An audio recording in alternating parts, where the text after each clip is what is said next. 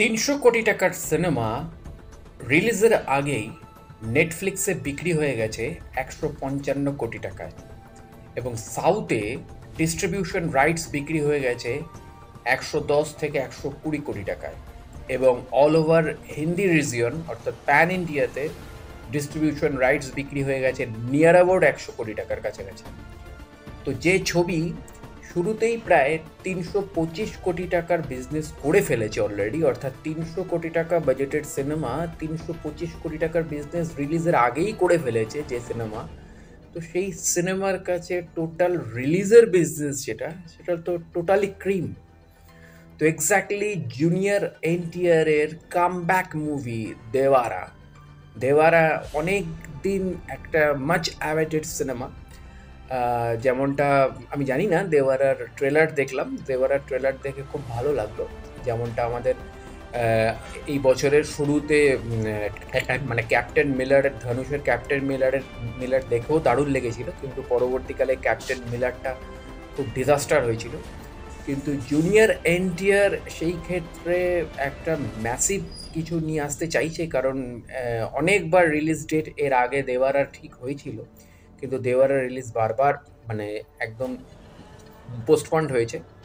এর আগেও লাস্টবার মে ২০২৪-এ রিলিজ দেওয়ার কথা ছিল, কিন্তু সেটাও পোস্টপন্ড হয়ে গিয়ে একদম সেপ্টেম্বর ২৭-এ এসে রিলিজ দেওয়ার কথা চলেছে, কেননা 10th অক্টোবর ওদিকে কাঙ্গুভা রিলিজ আছে।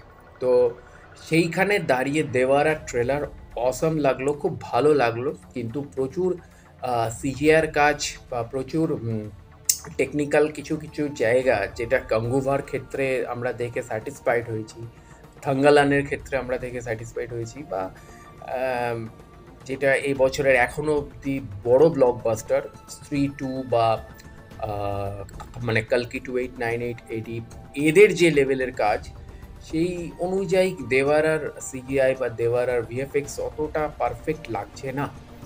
তো এক্স্যাক্টলি সেই জায়গা থেকে দাঁড়িয়ে মোটামুটি, তবু এটা হয়তো, হ্যাঁ, ট্রেলার দেখে এটা মনে হলো যে ট্রেলারে অনেক কিছু হিডেন করা হচ্ছে, যেটা একদিক থেকে ভালো সাইন, কেননা ট্রেলারে সব দেখিয়ে দিলে সিনেমার ক্ষেত্রে পাবলিক ইন্টারেস্ট অনেকটা কমে যায়।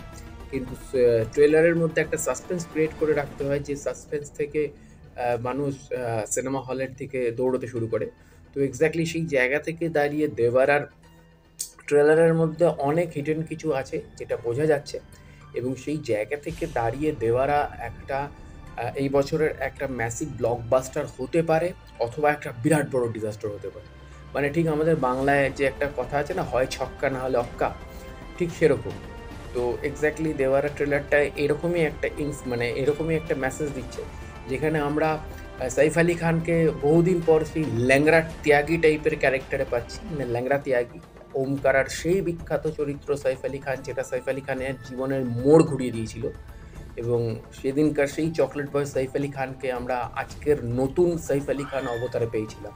তো এক্স্যাক্টলি সেই অনেক দিন পর সেই ল্যাংড়া ত্যাগী টাইপের একটা ক্যারেক্টারে সাইফ আলি খানকে আমরা দেখতে পাচ্ছি, যেখানে বন্ধু থেকে সে বন্ধুর সাথে বিশ্বাসঘাতকতা করছে, বা একটা গ্রে শেডসের ক্যারেক্টার নেগেটিভ রোলসে আসছে। এবং তার পাশাপাশি জাহ্নবী কাপুর, শ্রীদেবীর মেয়ে, যেখানে জুনিয়র এনটিআরের ঠাকুরদা যিনি সিনিয়র এনটিআর, তার সাথে শ্রীদেবী অভিনয় করেছিল, এবং তারপরে তার নাতি অর্থাৎ জুনিয়র এনটিআরের সাথে শ্রীদেবীর মেয়ে Janhvi Kapoor as a heroine অভিনয় করছে। এটা একটা হিস্ট্রি রিপিট ইটসেলফের মতন হচ্ছে।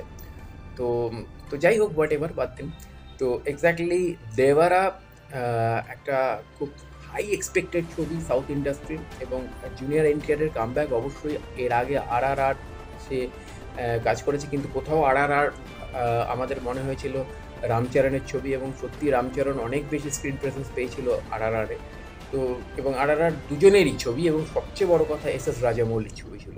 তো জুনিয়র এনটিআর যে একা টানবে সেই ঘরানার সিনেমা আর ছিল না, যার জন্য দেওয়ারের ওপর এক্সপেকটেশন অনেক বেশি। আর দেওয়ারের গল্প ট্রেলার থেকে যে গল্পটা আমরা ধরতে পারছি সেটা হচ্ছে কোস্টাল এরিয়া নিয়েই গল্প, এবং কোস্টাল এরিয়াতে ব্যাক স্টোরিও রয়েছে, এবং বাপ ব্যাটার সিকোয়েন্স আমরা দেখতে পাচ্ছি, যেখানে আগের জন্ম পরের জন্মও হতে পারে, অথবা বাবা ছেলের ব্যাপারটাও, বাবার হয়ে ছেলে প্রতিশোধ নিতে আসছে, একটা রিভেঞ্জ সেই জায়গাটাও থাকছে। তো এক্স্যাক্টলি দেওয়ার উপর এক্সপেকটেশন থাকছে, এবং দেওয়ারা পার্ট 1, কারণ এরপরে পার্ট 2 তারা রিলিজ দেবে পার্ট 1 হিট হবার পরে, বা পার্ট 1 এর যা বিজনেস দাঁড়াচ্ছে তারপরে। তো এক্স্যাক্টলি সেই দিকে চোখ থাকবে। অবশ্যই আমার চ্যানেলটি সাবস্ক্রাইব করে বেল আইকনের অল নোটিফিকেশনটি অন করে জুড়ে থাকবে। দেখা হচ্ছে পরের ভিডিওতে। নমস্কার।